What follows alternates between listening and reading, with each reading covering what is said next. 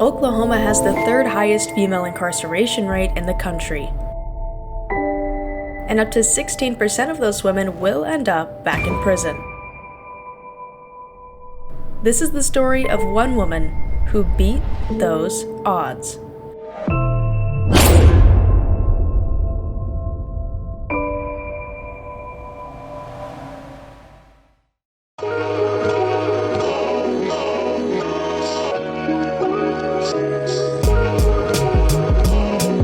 Before the age of 15, Raittia was selling drugs. She was involved in a gang and frequently got into fights. She says her life spiraled after her parents' divorce. At the age of 13, she served time in juvenile detention.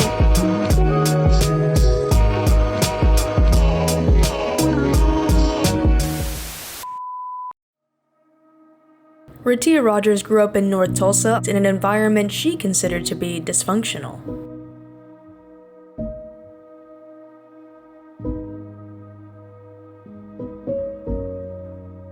I come from a very dysfunctional family, and there's a lot of fussing, drama, arguments, really loud talking. Dang, excuse you? Excuse you? That's what I thought.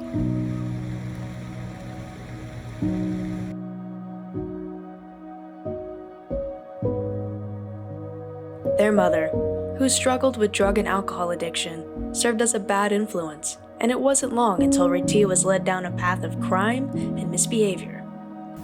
I skipped school. I used to go to the stores and steal, and just following in with the crowd before I actually joined the gang.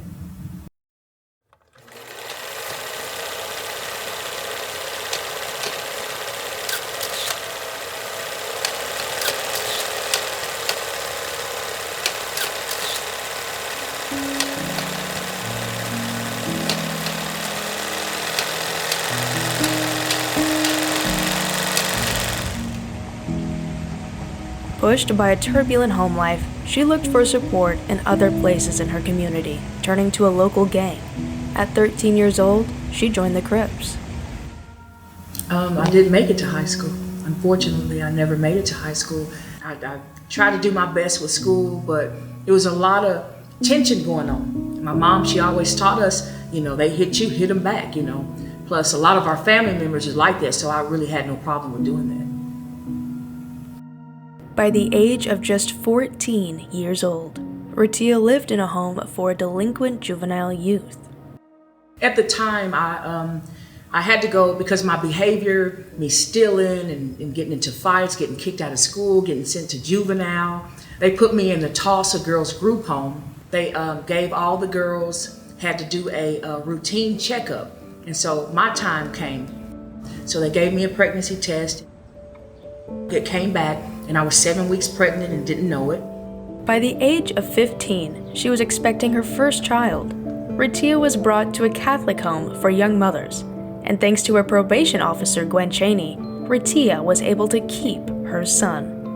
It was hard, but I managed to do it. But I just was there for my son the best I could. I loved him. I changed his Pampers. I gave him milk. I was there. I kissed him. I hugged him. And I remember times when he was little. He was a baby.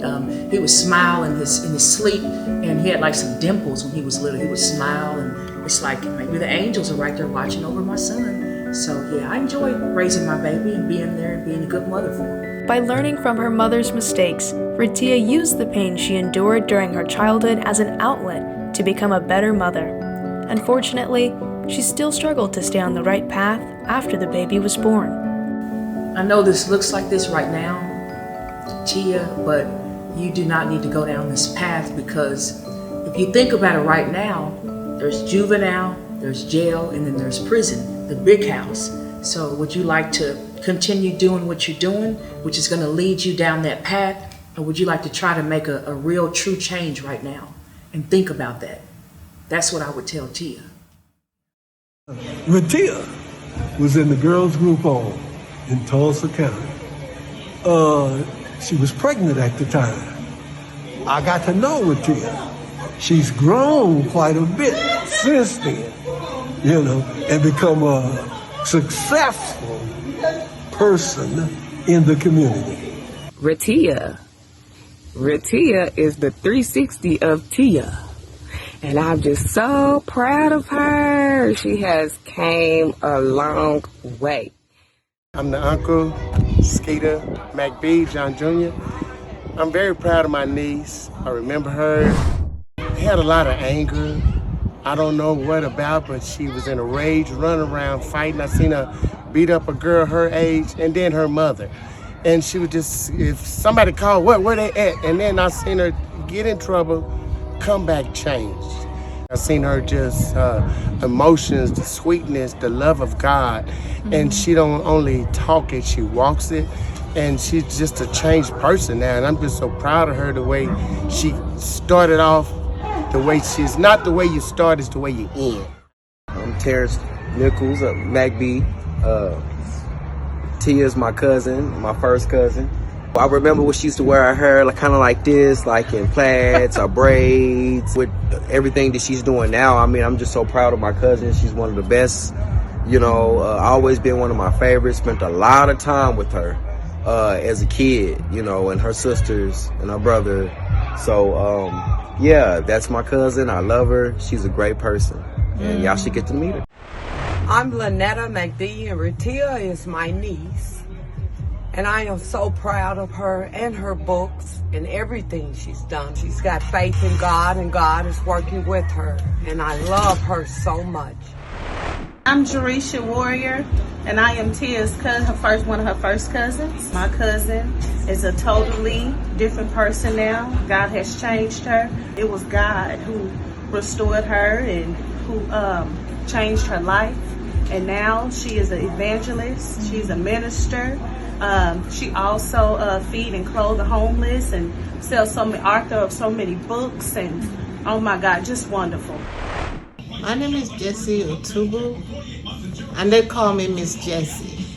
And I met Tia at Edwardo Correctional Center, and she was very good. She worked with me in the kitchen, and she was very nice, always smiling. You see the strong woman she's grown into. Are you proud? What do you think about when you see how strong she is? I be honest with you, Tia's always been kind of strong. She really had.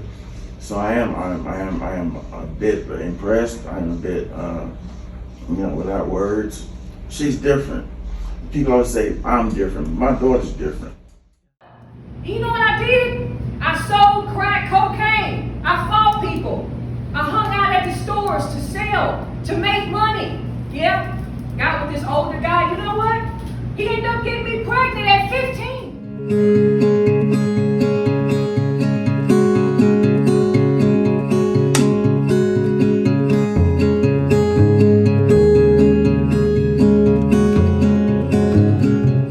Gotten a new apartment to help with my baby. I let my sister and my brother move in. My mom would come out there sometimes and babysit my baby or take him with her, while we had fun and hung out and, kicked it for the weekend or whatever.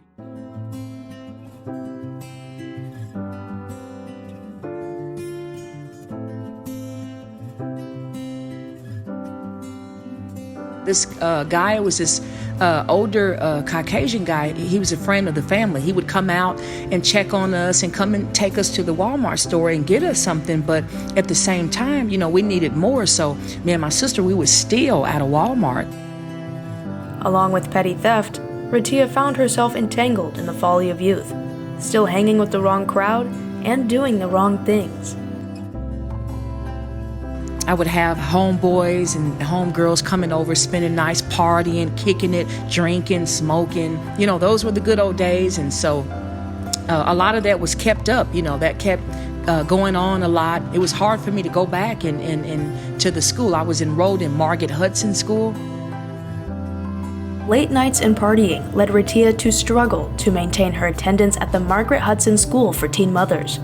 On top of poor attendance, she also struggled with the very thing that would ultimately end her run in the streets: crime. So a lot of the stuff that I did, I didn't even get caught for, selling drugs, doing this and that, just out there in the streets, living it up crazy. It wasn't long until this dangerous lifestyle caught up to her. On one fateful night, everything changed.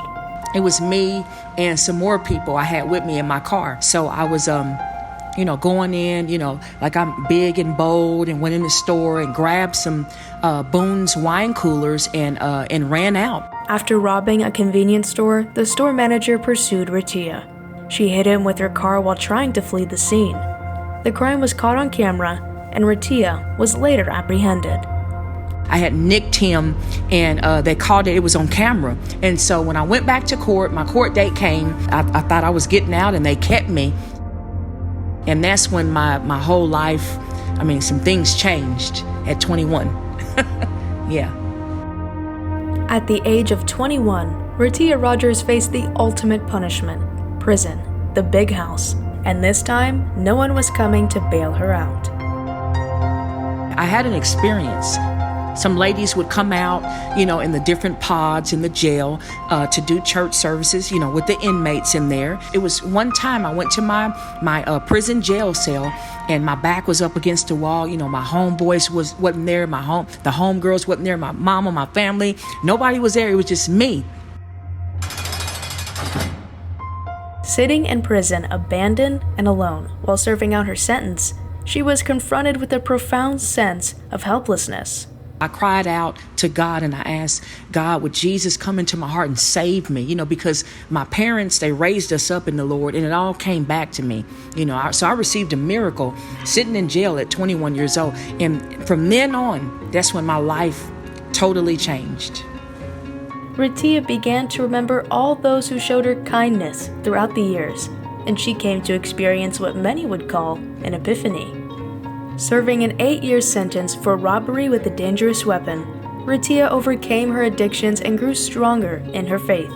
As she overcame, she eventually mustered the confidence to share what God had done for her.